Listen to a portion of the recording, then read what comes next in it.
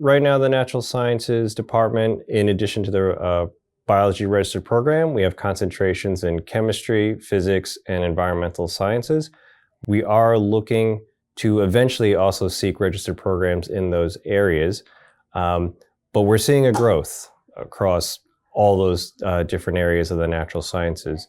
And whether it's biology or any of these other areas, it's great to see students interested in these areas and thinking realistically about turning them into careers. We're very thankful to finally have a registered program in biology.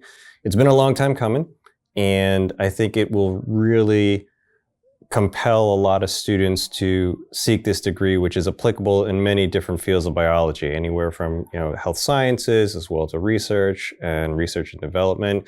The main thing that we offer students is the ability to do their coursework anywhere, anytime, any place.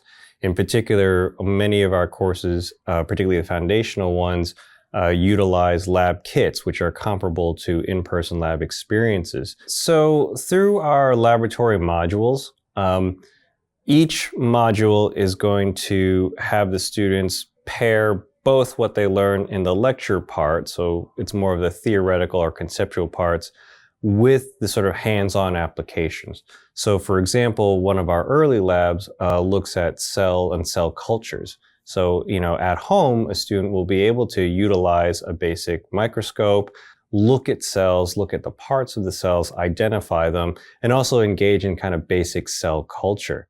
Traditionally, I think the sciences, much like many other disciplines, really had a bias against basically a lot of underserved sort of populations.